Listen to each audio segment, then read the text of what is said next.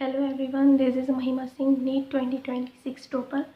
तो आज की वीडियो में हम देखने वाले हैं कि नीट 2027 बायोलॉजी रोड मैप क्या होने वाला है। बायोलॉजी के लिए आपको क्या चीज़ें फॉलो करनी है to get a seat in NEET 2027, वो सब चीज़ें आज मैं आपको बताने वाली हूँ, सारी टिप्स एंड ट्रिक्स। तो सबसे पहले नीट 2027 बायोलॉजी रोड मैप क्या होगा वो देखते हैं। एनसीईआरटी सबसे पहली चीज़ जो बायोलॉजी के लिए सबकी ज़ुबान पे रहती है वो है एनसीईआरटी। एनसीईआरटी को आपको हर एक लाइन एनसीईआरटी की अच्छे से पढ़नी है, लाइन टू लाइन एनसीईआरटी की रीडिंग करनी है। एनसीईआरटी की रीडिंग करनी है ये तो सब जानते हैं, बट करनी कैसे है बहुत कम लोग जानते हैं। एनसीईआरटी की रीडिंग करने के लिए आपको हर एक लाइन को अच्छे से पढ़ना है, उसमें से खुद के क्वेश्चन एक्सट्रैक्ट करने हैं, उन क्वेश्चन का आंसर देना है। एनसीईआरटी के क्वेश्चंस खुद बनाओगे तो ज़्यादा बेहतर और अच्छे से समझ में आएगा।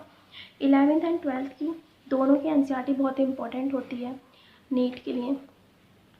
आप एनसीईआरटी की थ्योरी तो पढ़िए, उसके साथ साथ समरी भी पढ़िएगा, क्योंकि एनसीईआरटी की समरी में बहुत सारे हिडन पॉइंट्स होते हैं जो एनसीईआरटी की थ्योरी में नहीं होते हैं। एनसीईआरटी की समरी बहुत ज़्यादा इम्पोर्टेंट रहती है, और जब से नीट 2025 में इंट्रोडक्टरी पार्ट से क्वेश्चन दिए हैं तब से इंट्रोडक्टरी पार्ट भी उतना ही ज़्यादा इम्पोर्टेंट रहता है। आपको इंट्रोडक्टरी पार्ट भी पढ़ना है, यूनिट का ओवरव्यू भी पढ़ना है, साइंटिस्ट का डिस्क्रिप्शन भी पढ़ना है, उसके साथ ही थ्योरी अच्छे से हर एक लाइन से क्वेश्चन उसको समझाइएगा। जैसे कि आप किसी बच्चे को समझा रहे हैं तो आपको ज़्यादा अच्छे से समझ में आएगा। और समरी, ये सभी चीज़ें एनसीईआरटी के टिप्स पे होनी चाहिए, बिल्कुल टिप्स पे रखनी है ये सारी चीज़ें एनसीईआरटी की। इसके बाद रिवीजन, बायो के रिवीजन के लिए आपको सबको पता है कि एनसीईआरटी ही इम्पॉर्टेंट होती है। बार बार एनसीईआरटी को पढ़िए, आपको लगेगा कि मैंने बहुत बार पढ़ लिया एनसीईआरटी, लेकिन एनसीईआरटी एक महासागर है, उसमें से आपको हमेशा नई चीज़ें निकल के दिखेंगी। बार एनसीईआरटी को पढ़िएगा, बार उसमें से क्वेश्चंस निकालिएगा, हर बार आप नए क्वेश्चन निकालिएगा और हर बार उसके आंसर दीजिएगा, ठीक है। इसके बाद एक्टिव रिकॉल, जैसे ही आपका क्लास हो, आप क्लास के दौरान क्या चीज़ें करनी है, सिर्फ बैठ के क्लास नहीं लेनी कि हाँ टीचर बोल रहा है हम सुन रहे हैं, नहीं। टीचर जब बोले तो आप उसको अपने ही मन में दोहराइए। आप उसको जब अपने मन में दोहराएंगे तो आपके वो सबकॉन्शियस माइंड में फिट हो जाएगी वो बात। ये तो बात हो गई क्लास के दौरान क्या करना है।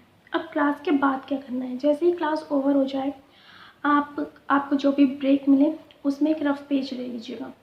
उस रफ पेज में आपको जो भी आपने पढ़ा वो लिख के प्रैक्टिस कीजिएगा। ये होता है एक्टिव रिकॉल। आपको जो भी आप लिख रहे हो वो ऐसा ना हो कि बहुत ज़्यादा सजा के लिखना है, नहीं भाई, ऐसे लिखना है कि आपको समझ में आ जाए, वो सिर्फ आपको ही समझ में आएगा, बिल्कुल ऐसे लिखिएगा। और किसी को समझ ना आए कोई फ़र्क नहीं पड़ता, आपको समझ आना चाहिए, वो ज़्यादा इम्पोर्टेंट है। और उसमें एक ही पेज में सब चीज़ फिट करने का ट्राई करिएगा, एक ही पेज में कीजिएगा, रोज़ एक्टिव रिकॉल कीजिएगा, आपको बहुत ज़्यादा बेनिफिट मिलेगा इस चीज़ से। अब आपने एनसीईआरटी रिवाइज़ कर ली है, एनसीईआरटी पढ़ ली, उसको रिवाइज़ कर लिया, एक्टिव रिकॉल कर लिया। नेक्स्ट स्टेप क्या आता है, क्वेश्चंस के बिना आपकी नीट की प्रिपरेशन अधूरी है। हर एक जगह क्वेश्चंस बहुत इंपॉर्टेंट रोल प्ले करेंगे।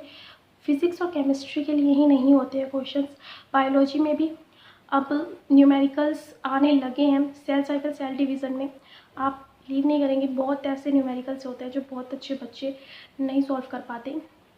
तो क्वेश्चंस कीजिएगा, क्वेश्चंस अच्छे लेवल के प्रैक्टिस कीजिएगा, क्योंकि अब जैसे पेपर का पैटर्न जैसे पहले आता था 2020 से पहले या कोविड से पहले, जैसे पेपर का पैटर्न आता था तब काफ़ी टफ पेपर आता था।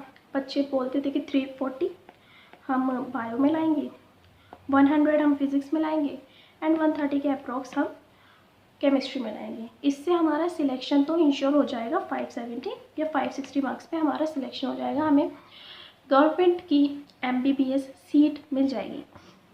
इतनी चीज़ें करके बच्चे अपना सिलेक्शन पाते थे। फिर जैसे ही 720 का ट्रेंड आया उसके बाद सभी को ज़रूरी हो गया हर एक क्वेश्चन पढ़ना, हर एक चैप्टर पढ़ना, हर एक चीज़ें करना। 360 बायो में लाना इम्पोर्टेंट हो गया था उसके बाद से। इसलिए अब जैसे ही नीट 2025 के बाद दोबारा से पेपर पैटर्न बदला है, दोबारा से यह टफ एग्ज़ाम आने लगा है, तो उसके लिए आपको अभी भी क्वेश्चंस की प्रैक्टिस करनी ज़रूरी है। बायो में अभी भी ऐसे क्वेश्चंस बन सकते हैं जो बहुत प्रैक्टिस करने के बाद भी आपसे ना हो। क्वेश्चन प्रैक्टिस आप कैसे करेंगे? हर चैप्टर के बाद डीपीपीज़ आपको मिलती हैं, हर चैप्टर के टॉपिक के बाद जो डीपीपीज़ मिले उस टॉपिक की डीपीपीज़ लगाइए। आपके पास अगर किसी कोचिंग में आप इनरोल्ड हैं तो मॉड्यूल कीजिएगा। मॉड्यूल अगर नहीं है तो कोई भी एक ऑब्जेक्टिव बुक आप प्रेफर कर सकते हैं, उसको ले लीजिए और उसमें से क्वेश्चन प्रैक्टिस बढ़ा दीजिए। इसके बाद जब आपने ये चीज़ें कर ली हैं तो आपको पीवाईक्यूज़ आप ज़्यादा पुराना मत जाइएगा। 2013 का जो पीवाईक्यूज़ है वहाँ तक के पीवाईक्यूज़ कर लीजिएगा। अब आपने क्वेश्चन प्रैक्टिस भी कर लिया, अब नेक्स्ट स्टेप आता है टेस्ट। मैंने अपनी पूरी प्रिपरेशन में 100 से भी ज़्यादा टेस्ट पेपर्स दिए हैं अभी इस ड्रॉप ईयर में, तो आपको भी टेस्ट इतने देने हैं, बहुत ज़्यादा टेस्ट देने हैं, क्योंकि टेस्ट बहुत ज़्यादा इम्पोर्टेंट रोल प्ले करते हैं। टेस्ट जब आप दें तो उसके बाद टेस्ट का एनालिसिस भी बहुत ज़्यादा इम्पोर्टेंट होता है। सिर्फ टेस्ट दे के आप सीट नहीं इंश्योर कर सकते, आपको टेस्ट का एनालिसिस भी करना है। टेस्ट देना अलग चीज़ है, उसका एनालिसिस करना अलग चीज़ है। उसमें आपको 2 घंटे लगेंगे, एनालिसिस में 2 घंटे लगेंगे, लेकिन आई बेट यू कि आपके टेस्ट का फ्रूटफुल रिज़ल्ट तभी निकल के आएगा जब आप उसका एनालिसिस करेंगे कि आपने कहाँ गलती की, क्या आपने कोई तुक्का मारा, क्या आपका कोई कॉन्सेप्ट वीक था, या फिर आपका क्वेश्चन पढ़ने में ही मिस्टेक हो गई, या फिर आपने वो चैप्टर ही आप पढ़ के नहीं गए थे। ये सब चीज़ें एनालिसिस में आती हैं। टेस्ट के एनालिसिस ऐसे ही किए जाते हैं। ठीक है, इतनी चीज़ें हो गई। रिवीजन ट्रैकर मेरी प्रो टिप है और ये आपको बहुत सटीक तरीके से बताएगा कि आपकी प्रिपरेशन कितनी ज़्यादा अच्छी चल रही है, किस लेवल पर चल रही है। तो रिवीजन ट्रैकर जो मेरा फर्स्ट ड्रॉप का था वो कुछ इस तरह से है, आप देख सकते हैं अगर आपको दिख रहा हो तो। ये मैंने चैप्टर का नाम लिखा हुआ है यहाँ पर लेक्चर कि मैंने सारे लेक्चर्स कंप्लीट किए हैं या नहीं, पीवाईक्यूज़। तो ये मेरा इस तरह से रिवीजन ट्रैकर है जो मैं बनाती थी हर एक सब्जेक्ट के लिए, फ़िज़िक्स के लिए भी, केमिस्ट्री के लिए भी और बायोलॉजी के लिए भी। मैं ये सभी सब्जेक्ट्स के लिए बनाती थी। तो रिवीजन ट्रैकर में सबसे पहले है चैप्टर का नाम आपका, जैसे रिप्रोडक्शन यूनिट है, उसके बाद genetics 1, genetics 2, microbes, ecology 1, ecology 2, ecology 3। Second column बना हुआ है लेक्चर का कि मैंने सारे लेक्चर्स कंप्लीट किए हैं उस पर्टिकुलर चैप्टर के या फिर नहीं। उसके बाद मैंने मॉड्यूल या फिर पंच, एक विपिन सर की बुक आती है वो, तो पंच या मॉड्यूल मैंने सॉल्व किया है या नहीं। उसके बाद पीवाईक्यूज़ मैंने सॉल्व किए हैं या नहीं, उसका नोट्स मैंने पूरे अच्छे से पढ़े हैं, अपने बनाए हैं, उनको पढ़ा है, उनको रिवाइज़ किया है या नहीं। उसके बाद डीपीपीज़, टेस्ट 1 उस चैप्टर का जितने भी टेस्ट होते थे वो मैं लिख लेती थी, टेस्ट 1, टेस्ट 2, फिर रिवीजन 1, रिवीजन 2, रिवीजन 3, रिवीजन 4। इस तरह से जैसे जैसे जो चीज़ें मैं करती जाती थी उस पर मैं टिक लगा दिया करती थी।